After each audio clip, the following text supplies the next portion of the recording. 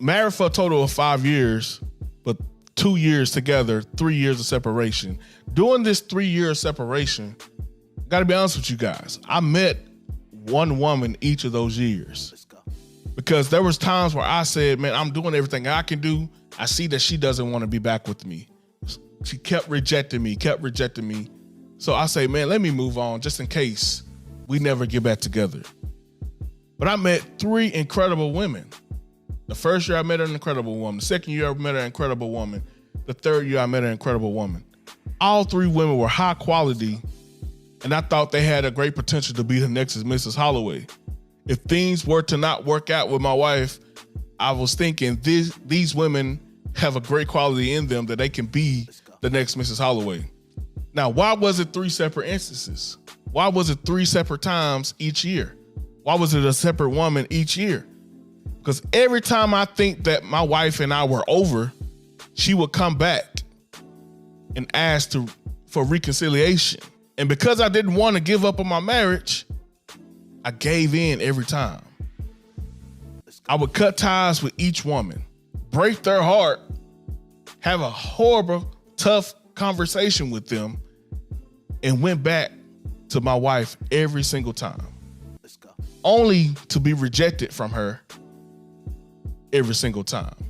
Yeah, she would come and say she want to reconcile or come back together, but once I say let's come back together and get under the same roof, oh no, we going too fast. I don't want to come across as super religious, but there is a story in the Bible that I want to use and draw a parallel very quickly. There was this man in the Bible named Abram, and he had a nephew named Lot. During this time, there was a war between several cities, and one of the cities being Sodom. You guys know from Sodom and Gomorrah, the cities that God eventually destroyed. And Lot, Abram's nephew, lived in Sodom. So during this war, there were 4 kings that actually eventually won the war, and they robbed Sodom of all its possessions and valuables. They also took people as slaves. Now, Lot was one of those slaves. So he was captured by these 4 kings. Abram was a strong and noble man. So there was no way that he would allow his nephew to be held captive and not go and rescue him. Abram gathered his army. Abram was a rich man, so he had some men on deck. You know, he got all his men together, said, let's go get my nephew. He went to attack these 4 kings and their armies at nighttime. Now, Abram's army, being that he went at nighttime, they won easily, and they was able to get all the possessions back and free all the slaves, including Lot. So he got his nephew back. Now, if you know anything about the city Sodom, like we mentioned, it's connected to Sodom and Gomorrah. But Sodom was full of sin and evilness. It's known along with Gomorrah as one of the worst cities ever. And it was eventually judged and, like I mentioned, destroyed by God. But after being rescued from slavery, Lot went right back to Sodom. God rescued him, Abram rescued him from physical slavery, and he went back to Sodom. So what's the point of my story? By virtue of Lot living in Sodom during the war, it led him to slavery. So there's an argument to be made that him being in physical slavery with the 4 kings is the same or possibly better than the spiritual slavery that he was experiencing while living in Sodom.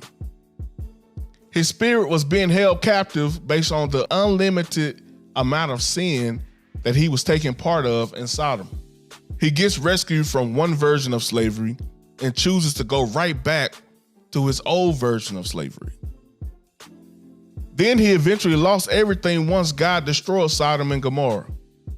So I believe that Lot being forced into physical slavery was a warning from God.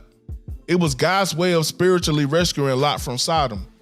It may have not been the best situation, but it was far better than him being in Sodom.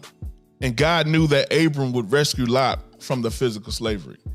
This parallel may be a little hard to understand, but in the same vein, I really believe that God was telling me through those 3 women, seeing the potential for a future wife. I saw greatness in those women. It was God trying to rescue me from the destruction that was to come, which eventually was inevitably my divorce. It was time for me to move on, but I wouldn't pay attention to the signs. I kept returning to Sodom. kept going back to what's familiar. Until one day I made a choice to no longer run back to what was familiar. What was the thing that was familiar to me? Rejection became familiar for me. Rejection, her rejecting me became what was familiar. I began to grow a callus, so to speak, for the pain of that rejection. Because it was really a part of me that was saying, man, look at the mess that you made. She has every right to reject you. But she did not have every right to play with me. And I had every right to move on. That's the thing we're dealing with now. Those of us who deal with rejection, we begin to devalue ourselves. We get to a point where we think that that person, the harm that we caused them or whatever they're going through means more than what we're going through. Where your pain has value on it as well. Am I telling you my story as a recommendation of what you should do? No. Am I saying that everyone that goes back to their ex will have the same outcome? No. Am I literally saying that we should never go back to our ex? Hell no. What I am doing is using my story as an illustration and help you see that you're not alone. And whatever you choose to do, let it be because you chose it. The greatest freedom is the freedom of choice. So get yourself out of the mindset of have to. Oh, we're married. I have to make my marriage work. No matter how they're treating me, no matter how many years go on and on, I have to make it work. You don't. There's nothing in you that has to. If you do make it work, let it be because you chose to. There's a freedom in that. I want to use my experience and everything that I went through to go along this path with you. I'm a master relationship and life coach. I really want to use the things that I developed over time through my experience, but also the training I have to help you get to the place of acceptance. If this is your situation and you are ready for that change, if you're tired of feeling the weight of rejection and are ready to experience the freedom of internal acceptance, I really want to be your coach. I want to help you through your path of acceptance.